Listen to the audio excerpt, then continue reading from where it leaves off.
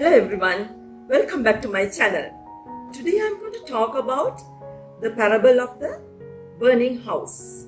Appears in chapter 3 of the Lotus Sutra.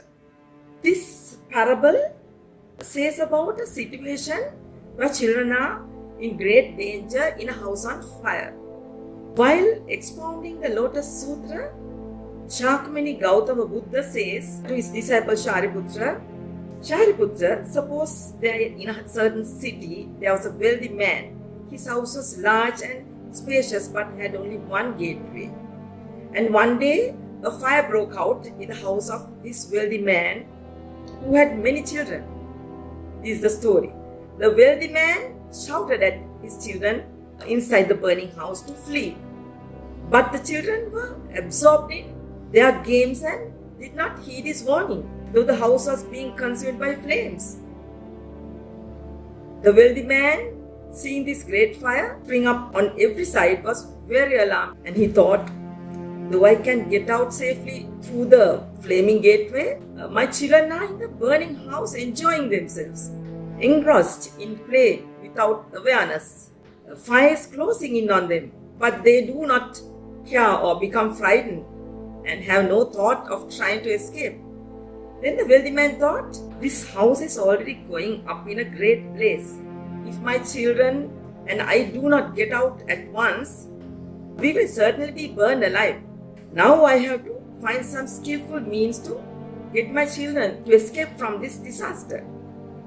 Then the wealthy man devised a practical way to lure the children from the burning house. That is to persuade the children to get out of the house, knowing that the children were fond of interesting playthings. He called out to them and said, listen, outside the entrance are the carts that you have always wanted. Carts pulled by goats, carts pulled by deer, and carts pulled by oxen. Why don't you come out and play with them? The wealthy man knew that these things would be irresistible to his children. The children, eager to play with these new toys, they rushed out of the house. But instead of the carts that they had promised, the father gave them a cart much better than he promised. That is, a cart with white bullocks, draped with precious stones and pulled by white bullocks. The important thing being that the children were saved from the dangers of the house on fire. In this parable, the father, of course, is the Buddha. And the sentient beings, that is us. We are the children trapped in the burning house. The burning house represents the world burning with the fires of old age, sickness and death, anxiety, sorrow, agony, and so on. The teachings of the Buddha are like the father getting the children to leave their pleasures for a greater pleasure, which is enlightenment, the highest life condition, filled with wisdom, compassion, and unshakable happiness in whatever situation. A further clarification is to see the goat cart, deer cart, and ox carts as representing the early teachings of Buddhism. And the cart pulled by white bullocks represents the Lotus Sutra, which, when followed, leads to Buddhahood, that is ultimate happiness. Then the children rode on their great carriages, having received something they had never had before and never expected to have. The Buddha sees how living beings are scorched by the fires of birth, old age, disease and death, anxiety, sorrow, suffering and agony. Moreover, because of the desire for wealth and material things, they undergo all kinds of suffering. Because of attachment to desire and striving, they endure much suffering in this lifetime or later, or suffer as animals or hungry spirits. Even if they are born among people, they will experience many kinds of suffering, such as the suffering of poverty and hardship, the suffering of hell world.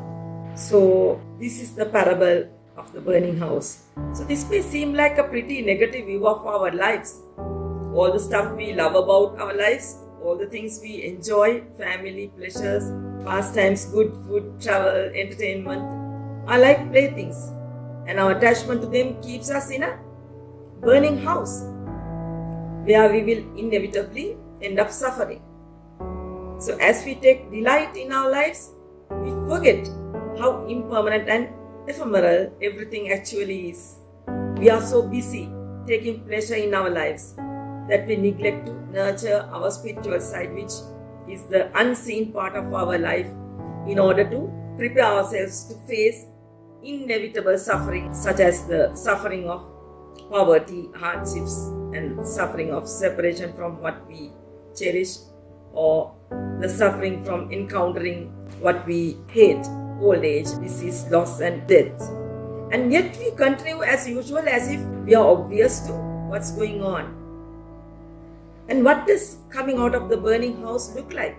Do you think it means renouncing all the pleasure in our lives and living a pleasureless and joyless existence of strict privation? No, it is not so.